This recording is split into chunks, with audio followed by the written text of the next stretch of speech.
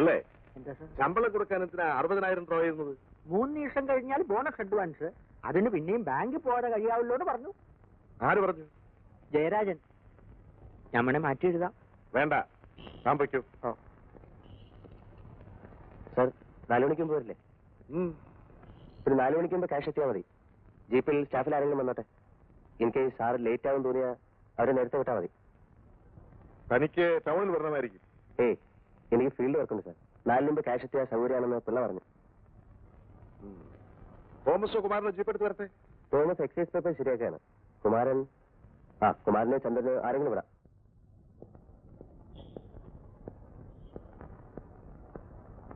ചന്ദ്രൻ വരൂ.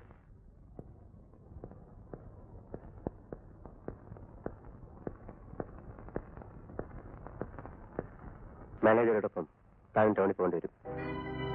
എനിക്ക് വയ്യ, ഭയമാവും. ഞാനില്ല. ഞാൻ പറഞ്ഞ പോലെ ചെയ്താൽ മതി. It's all right.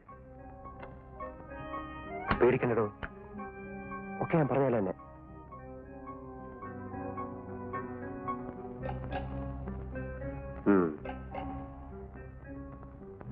You do what I say.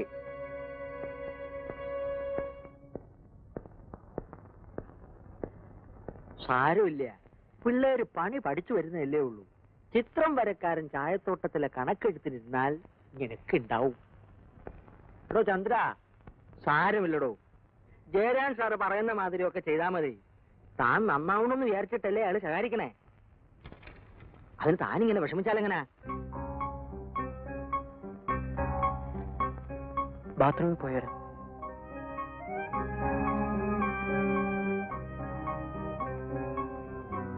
അയാൾ പറഞ്ഞ പോലെ തന്നെ ബാങ്കിൽ വരുന്ന ഞാൻ തന്നെ. മാനേജർ സാർ പറഞ്ഞില്ലല്ലേ? എന്തോ എനിക്കൊന്നും അറിയില്ല. നമുക്ക് ഒഴിയാൻ ജോണി. വേണ്ട.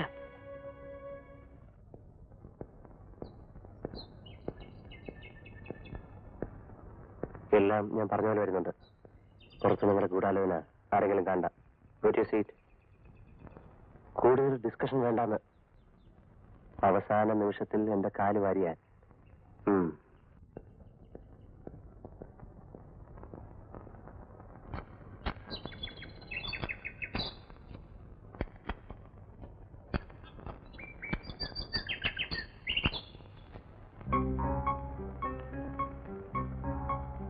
നിങ്ങൾ മടങ്ങിക്കോ, പണം ഞാൻ കൊണ്ടുവന്നോളാം എന്ന് മാനേജർ പറയണേ എന്നാണ് ഇപ്പൊ എന്റെ പ്രാർത്ഥന.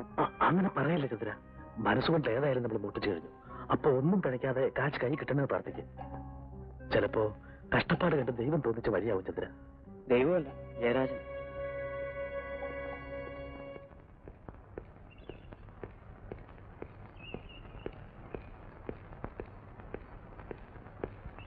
താൻ പൊയ്ക്കോ, ഞാൻ വരാൻ വൈകും. മറ്റേ ഡ്രൈവർ നാഗപ്പൻ, അവന്റെ സൂക്കടി നീ മാറിയില്ലേ? ഇപ്പോഴും ചികിത്സയിലാണെന്ന് പറഞ്ഞു കേട്ടു.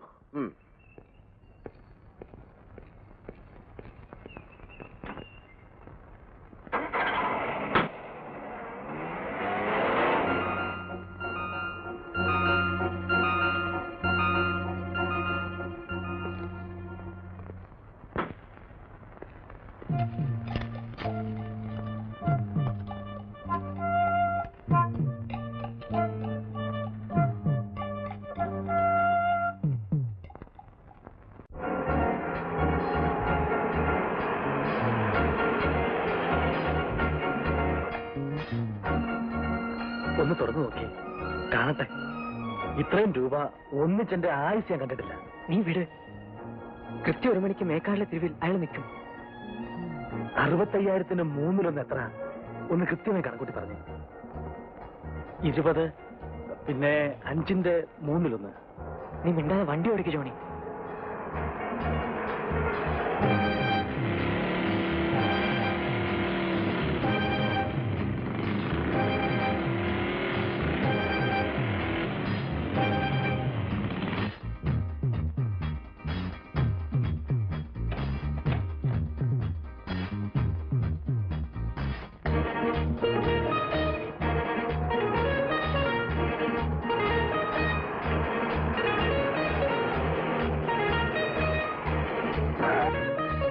മാനേജർ വരാൻ വൈകും. ക്യാഷ് എന്റെ കൈ തന്നു.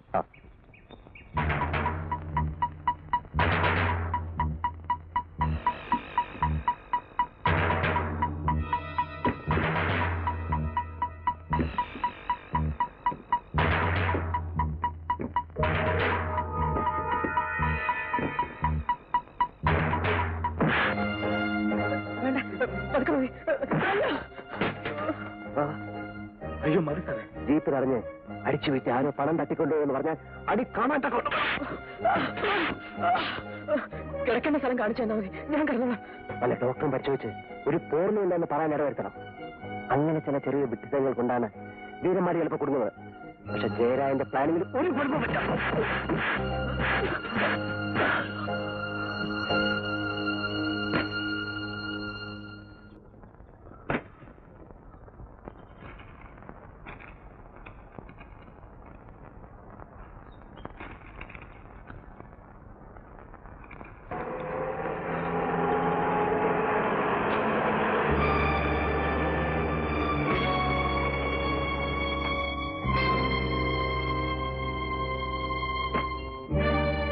ആരോ വഴിക്ക് വെച്ച് ജീപ്പ് കളഞ്ഞു. ഭാഗ്യത്തിന് ഞാൻ എത്തിപ്പെട്ടു. അഭിനയം നന്നാവുന്നുണ്ട്. ഇതായിരുന്നു അത്യാവശ്യമായ ഫീൽഡ് വർക്ക് അല്ലേ? പണം എന്റെ കാറിലാണ്. ഒന്ന് ശ്രമിച്ചു നോക്കാവുന്നുണ്ടോ?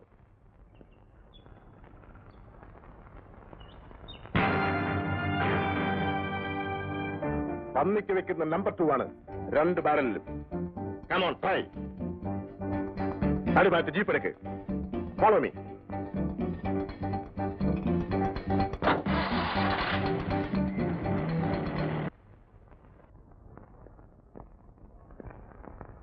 സാർ, ഒരു ബുദ്ധിമോശം പറ്റി.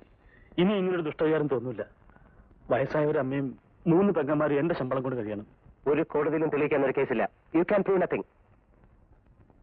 കമ്പനിയുടെ പണം തട്ടിയെടുക്കാൻ ഒരു ഗൂഢാലോചന നടത്തി. മാനേജർ തക്ക സമയത്ത് ഇടപെട്ടത് കാരണം നടന്നില്ല. മേലിൽ ഇതുണ്ടാവില്ല.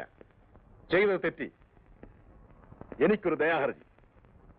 എല്ലാം ഞാനതിൽ വിസ്തരിച്ചെഴുതിയിട്ടുണ്ട്. വെറുതെ നിങ്ങളെ വിടാൻ പറ്റുമോ? എനിക്കൊരു പിടി വേണം. എന്റെ പ്രൈവറ്റ് ഫയലിൽ ഇരിക്കണത്. തിരിച്ചയക്കഞ്ഞാ മതി. ഞാൻ എന്തിനു വേണം ഒപ്പിട്ട് തരാം. Johnny, keep it.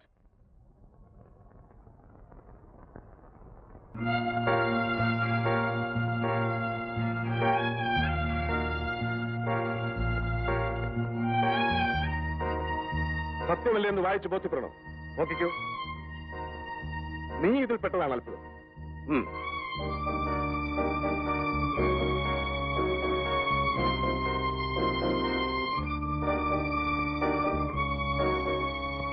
എനിക്കൊരു 6th സെൻസ് ഉണ്ട്. എന്നെങ്കിലും ഒരിക്കൽ താൻ ഒരു വെട്ടിപ്പ് നടത്തുമെന്ന് എനിക്കറിയാമായിരുന്നു. അക്കൗണ്ട്സിനൊന്നും പറ്റില്ല. ഇനി തന്റെ ഒപ്പില്ലെങ്കിലും സാരമില്ല. 1400 രൂപ ശമ്പളം വാങ്ങുന്ന ഒരുത്തിന് ലിക്കർ ഷാപ്പിലെ ബില്ല് 900. പെണ്ണുപിടുത്തത്തിന് കാശ് വേറെ. ഷടപ്പ്. കോടതിയിലെത്തിയാൽ ഈ കടലാസിനൊരു വിലയില്ല. എനിക്ക് നിയമം അറിയാം. എനിക്കും. കറക്റ്റ്. അതുകൊണ്ട് കമ്പനി കോടതിയിൽ പോവില്ല. നാളെ ചെയർമാൻ വരുന്നു. ഞാനും ചെയർമാൻ കൂടി ഇത് ഡീൽ ചെയ്യും. ഡിസ്മിസ് ചെയ്ത് ലേബർ കോടതിയിൽ പോയാലും നിങ്ങൾക്കൊരു നയാ പൈസ ആനുകൂല്യം കിട്ടില്ല. കമ്പനി സ്റ്റാഫിനെയും വർക്കേഴ്സിനെയും വിളിച്ചു കൂട്ടിയിട്ടായിരിക്കും പ്രഖ്യാപനം. ഒരു ഉഗ്രൻ സെൻഡ് ഓഫ്. കമ്പനിയെ മോഷ്ടിക്കാനുള്ള അറ്റംപ്റ്റിൽ ചുമ്മാ ഒരു കുറ്റസമ്മതം വാങ്ങി ഞാൻ മാപ്പ് തരുമെന്ന് കരുതിയോ? Bloody fools. ഇത് ചെയർമാന്റെ മുമ്പിൽ മാനേജർ മേനോൻ ആരാണെന്ന് കാട്ടാൻ. നീ ഒരിക്കൽ എന്റെ കയ്യിൽ വന്ന് വീഴുമെന്ന് എനിക്കറിയാമായിരുന്നു. Now get out. യാത്രയത്തിൽ ഞാനൊരു പ്രസംഗവും കൂടി വേണം. അതും ശരിയാക്കാം. Get out.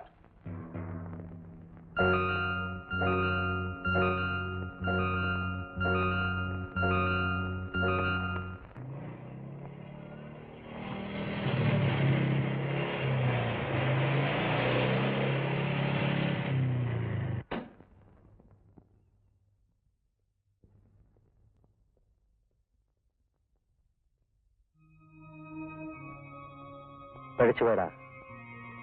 എവിടെയോ ഒരല്പം പഴിച്ചുപോയി. Don't worry. കെയർഫുൾ. ഇനിയെങ്കിലും സൂക്ഷിച്ച് കളിക്കേ. Good luck.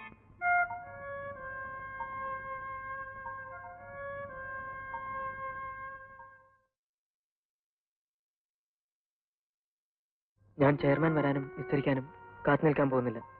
ഞാൻ പോകുന്നു. എങ്ങോട്ട്? എവിടേക്കെങ്കിലും. ഞാൻ എന്ത് ചെയ്യും? അമ്മച്ചിയുടെയും പെങ്ങന്മാരുടെ മുഖത്ത് ഞാൻ എങ്ങനെ നോക്കും? കയ്യിലാണെങ്കിൽ കാശുമില്ല. വല്ല കൽക്കത്തയിലോ ബോംബെയിലോ എത്തിപ്പെട്ടാൽ നിങ്ങൾ എനിക്കൊരു 10,200 രൂപ കടമായിട്ട്, അല്ലെങ്കിൽ ഇത് പണയം വെച്ചോളൂ. അതെങ്കിലും ചെയ്തൊന്ന് രക്ഷിക്കും. ഇവിടെ കാശില്ല. പിന്നെ രക്ഷപ്പെടാൻ ഒരു വഴിയുണ്ട്. എല്ലാവരും രക്ഷപ്പെടാൻ. മാനേജറിന് ഒരാളിന് മാത്രമേ ഇതറിയൂ. ചെയർമാന് തന്റെ വീര്യസ്ഥിതിന്റെ തെളിവായി നിങ്ങൾ ഒപ്പിട്ട സ്റ്റേറ്റ്മെന്റ് സമർപ്പിക്കും. അയാൾ പറഞ്ഞപോലെ സ്റ്റാഫിനെയും വർക്കേഴ്സിനെയും വിളിച്ചുകൂട്ടി ഒരു പ്രഖ്യാപനം നടത്താനും അയാൾ മടിക്കില്ല. പക്ഷെ ഇപ്പോൾ അയാൾക്ക് മാത്രമേ ഇതറിയൂ. അയാൾ ചെയർമാനോട് പറയരുത്. ഏതായാലും നിങ്ങൾ എന്റെ കൂടെ നിൽക്കാം. ഒരു വഴിയുണ്ട്. ഞാൻ ഇനിയും ചെന്ന് കാല് പിടിക്കാം. മേലിലൊരു തെറ്റും ചെയ്യില്ല എന്ന് കുരിശ് പിടിച്ച് സത്യം ചെയ്യാം. പക്ഷെ അങ്ങനെ കേൾക്കൂല സാറേ. ആ കടലാസ് തിരിച്ചു കിട്ടണം. അങ്ങേരി വിഷയം എടുത്തിടില്ല എന്നുറപ്പാവുകയും വേണം. നമ്മൾ രക്ഷപ്പെട്ടു. സിമ്പിൾ. സിമ്പിൾ? നിങ്ങൾക്ക് എന്താ സിമ്പിൾ അല്ലാത്തത്? ഒരു ചെറിയ നാടകം കളിക്കാമോ? ഓരോരുത്തർക്കും ഒരു 20,000 രൂപ ഞാൻ ഉണ്ടാക്കി തരാം. സിമ്പിൾ. അന്ന് പറഞ്ഞതൊക്കെ വിശ്വസിച്ച് എന്നെ പറഞ്ഞാൽ മതി. ഞാൻ രാത്രി ബംഗ്ലാവിൽ അയാളെ കാണാം. നിങ്ങളും വേണം ഒരു ധൈര്യത്തിന്. വേറൊന്നുമില്ല. രാജിവെച്ച് മാന്യമായി പോകാൻ സമ്മതിക്കണമെന്ന് മാത്രം ആവശ്യപ്പെടും. ഒരപേക്ഷ. സമ്മതിച്ചില്ലെങ്കിൽ സമ്മതിപ്പിക്കണം.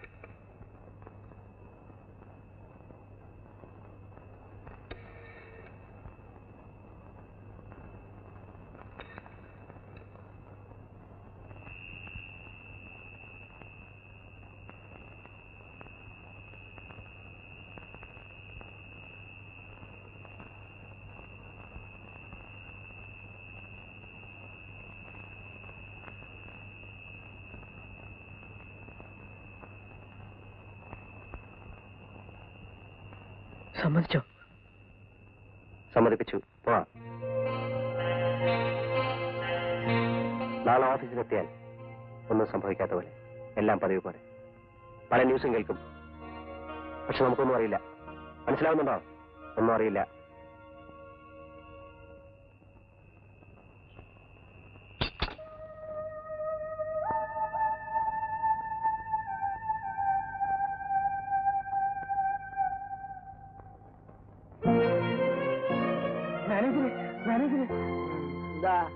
തോട്ടപ്പണിക്ക് എന്ന അന്തോണി മാനേജരെ കാണാത്തപ്പോ മാനേജർ മരിച്ചു കിടക്കുന്നു.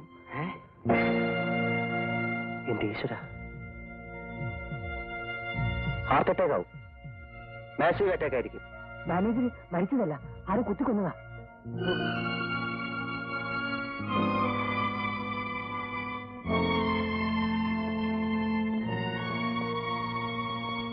ശരി വാ.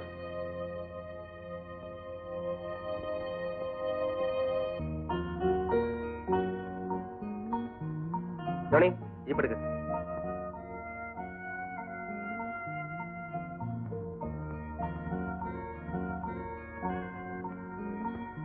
എന്നാലും എന്റെ സാറേ, ഈ കടുങ്കൈ.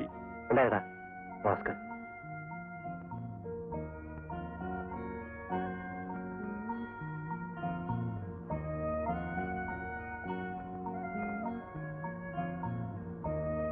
കുമാരേരി താഴെ ഇറങ്ങടാ.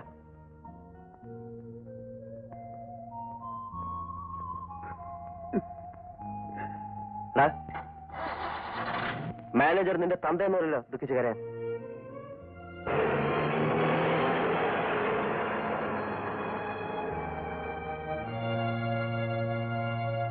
ഒരു പണിക്കാരൻ കൂടി ബംഗ്ലാവിൽ രാത്രി തുണക്കില്ലെന്നേ.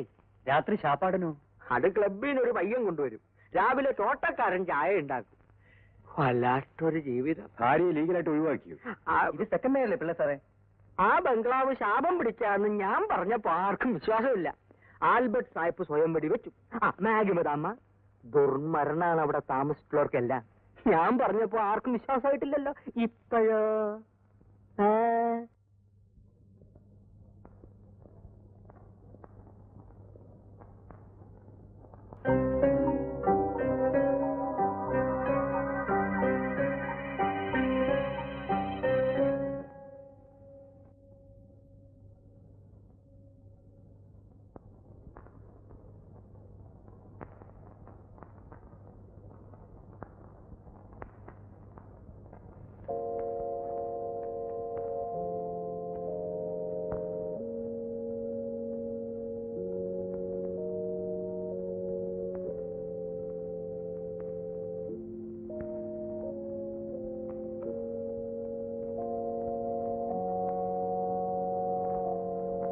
എന്താ ജോണി പതിവില്ലാത്ത സമയത്ത്?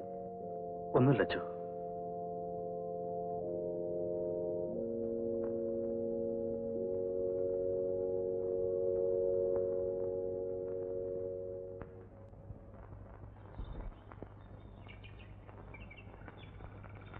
ഓഫീസ് വക ക്യാഷ് വീട്ടിൽ വെച്ചിട്ടുണ്ടാവും? ഇല്ല. ബാങ്കിൽ നിന്ന് ഡ്രോ ചെയ്ത കാഷിന്റെ കണക്കെല്ലാം കൃത്യമാണ്. അക്കൗണ്ടന്റ് നോക്കി. പ്രൈവറ്റ് ആയിട്ട് വല്ല കാഷും വെച്ചിട്ടുണ്ടോ എന്നറിയില്ല. അൽമാര തുറന്നിട്ടില്ല സാർ. അൽമാരയിൽ 1000 ചില്ലം രൂപയുണ്ട്. അത് തൊട്ടിട്ടില്ല. സ്റ്റാഫിലോ വർക്കേഴ്സിലോ പുള്ളിയായിട്ട് വല്ലവർക്കും ആലോചിക്കും? ശത്രുത?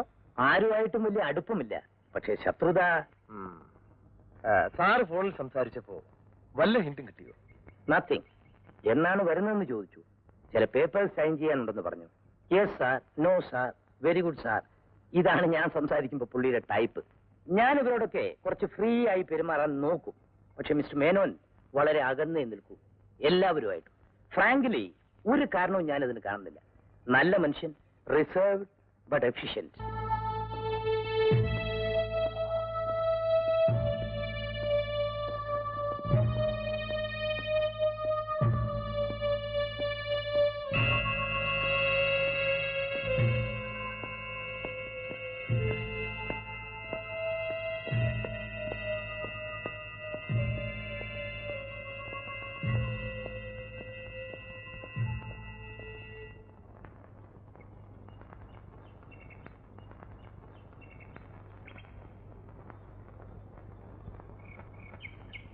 ചേട്ടാ,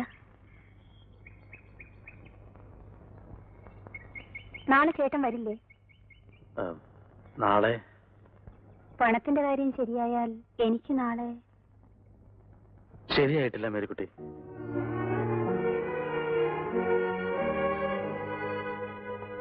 ആളെ കിട്ടിയോ? കുത്തിക്കൊന്ന ആളെ പോലീസിന് കിട്ടിയോന്ന്? അറിയില്ല, അന്വേഷണം നടക്കുന്നുണ്ട്. മനുഷ്യന്മാർക്ക് എങ്ങനാ ഇമാതിരി കടുങ്കൈ ചെയ്യാൻ കഴിയുന്നേ? പണത്തിന്റെ കാര്യത്തിന് നീ എന്തോ ഇടപാട് ചെയ്തിട്ടുണ്ടെന്ന് പറഞ്ഞു. അതെന്തായി? അത് ശരിയായില്ല.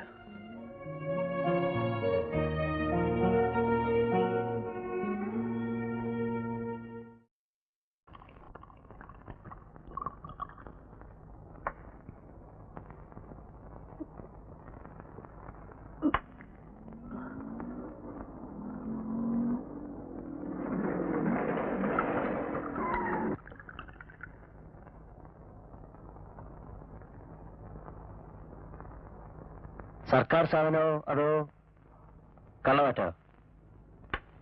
ജോലിയില്ലാതെ തെണ്ടിയാലും വേണ്ടില്ലായിരുന്നു.